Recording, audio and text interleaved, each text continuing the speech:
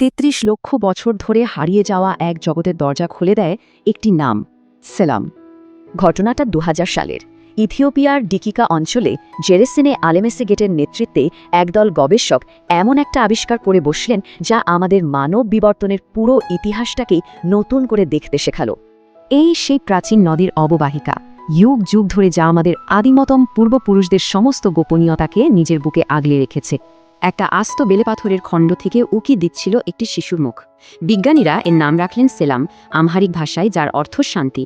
ভূতাত্ত্বিক বিশ্লেষণ থেকে একটা বিষয় পরিষ্কার হয়ে যায়, মৃত্যুর প্রায় সাথে সাথেই একটা আকস্মিক বন্যায় সেলামের শরীর মাটিতে চাপা পড়ে যায়। আর ঠিক এই কারণে তার কঙ্কালটা ৩৩ লক্ষ বছর ধরে প্রায় অক্ষত অবস্থায় টিকেছিল, প্রতিটি হাড় নিজের সঠিক জায়গায়। সেলামের দেহাবশেষ শুধু একটা প্রজাতির পরিচয় দেয় না, বরং এটা তার বেড়ে ওঠার এক জীবন্ত দলিল। ১৯৭৪ সালে আবিষ্কৃত প্রাপ্তবয়স্ক লুসির জীবাশ্ম আমাদের যা জানাতে পারেনি, এই শিশুর কঙ্কাল সেই অজানা অধ্যায়ের অনেক রহস্যই উন্মোচন করে। ওর কঙ্কাল বিশ্লেষণ করে বিজ্ঞানীরা একটা অদ্ভুত ব্যাপার দেখতে পেলেন। এক ধরনের বিবর্তনীয় টানাপোড়েন। মানে একদিকে ওর দাঁতের বেড়ে ওঠাটা ছিল বনমানুষদের মতো বেশ দ্রুত, কিন্তু ঠিক তার উল্টো দিকে ওর মস্তিষ্কের বিকাশ হচ্ছিল আমাদের অর্থাৎ আধুনিক মানুষের মতো বেশ ধীর গতি। দেখুন, একটা ৩ বছর বয়সী শিম্পাঞ্জির মস্তিষ্ক তার প্রাপ্তবয়স্ক আকারের প্রায় ৯০%-এরও বেশি হয়ে যায়। সেখানে সেলামের মস্তিষ্ক তখনও বাড়ছিল, আর সেটা তার প্রজাতির প্রাপ্তবয়স্ক মস্তিষ্কের আকারের মাত্র ৭৫%-এর কাছাকাছি ছিল। এই বিকাশের ধরনটা কিন্তু আধুনিক মানুষের সাথেই অনেক বেশি মেলে। সেলামের মস্তিষ্কের আয়তন এটাই প্রমাণ করে যে এই প্রজাতিতে মস্তিষ্কের বিকাশের গতি ছিল বেশ ধীর। এই যে বিলম্বিত বৃদ্ধি, এটাই কিন্তু একটা বড় আকারের মস্তিষ্ক তৈরি আর জন্মের পর দীর্ঘ সময় ধরে শেখার জন্য একটা অত্যন্ত গুরুত্বপূর্ণ বিবর্তনীয় পদক্ষেপ ছিল। একদিকে দ্রুত শারীরিক বৃদ্ধি আর অন্যদিকে ধীর মস্তিষ্কের বিকাশ, এই অসাধারণ মিশ্রণটি আসলে বনমানুষের মতো অতীত আর মানুষের মতো ভবিষ্যতের মধ্যে একটা গুরুত্বপূর্ণ বিবর্তনীয় সেতু তৈরি করেছিল। এই জীবাশ্মের মধ্যে পাওয়া সবচেয়ে বিরল জিনিসগুলোর একটা ছিল গলার ছোট্ট একটা হাড়। এই একটা হাড়ই সেলামের কণ্ঠস্বর কেমন ছিল তার একটা আভাস দেয়।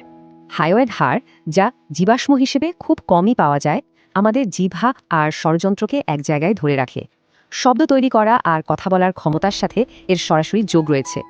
সেলামের হায়োয়েড হাড়ে একটা বাঁকানো অংশ বা বুলা পাওয়া গেছে। এই বৈশিষ্ট্যটা শিম্পাঞ্জি আর গরিলাদের মধ্যে দেখা যায়, কিন্তু আধুনিক মানুষের মধ্যে এটা একেবারেই নেই।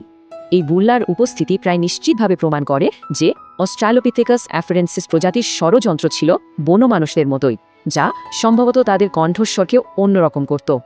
সেলামের কঙ্কালটা এক আশ্চর্য অভিযোজনের গল্প বলে। একটাই শরীর, কিন্তু সেটা মাটি আর গাছ এই দুই জগতেই চলার জন্য একদম নিখুঁতভাবে তৈরি ছিল। ওর মেরুদণ্ডে পাওয়া গিয়েছিল মোট ১২টা বক্ষদেশীয় কোষেরুকা, মানে পাঁজরের হাড়। সংখ্যাটা ঠিক আমাদের মতোই, অথচ আফ্রিকান বনমানুষদের শরীরে কিন্তু সাধারণত ১৩টা থাকে। এই একটা ছোট্ট তথ্যই ওদের শারীরিক গঠন নিয়ে আমাদের আগের সব ধারণাকে নাড়িয়ে দেওয়ার জন্য যথেষ্ট ছিল। ওর মেরুদণ্ডের গঠনটা ছিল একদম অন্যরকম। বক্ষদেশীয় থেকে কোটিদেশীয় কশেরুকার রূপান্তর ঘটেছিল ১১তম অংশে, যেখানে আমাদের ক্ষেত্রে এটা ১২তম অংশে হয়। এই গঠন এটাই প্রমাণ করে যে ওদের মেরুদণ্ড একদিকে যেমন সোজা হয়ে হাঁটার জন্য স্থিতিশীল ছিল, তেমনি গাছে চড়ার জন্য প্রয়োজনীয় নমনীয়তাও ধরে রেখেছিল।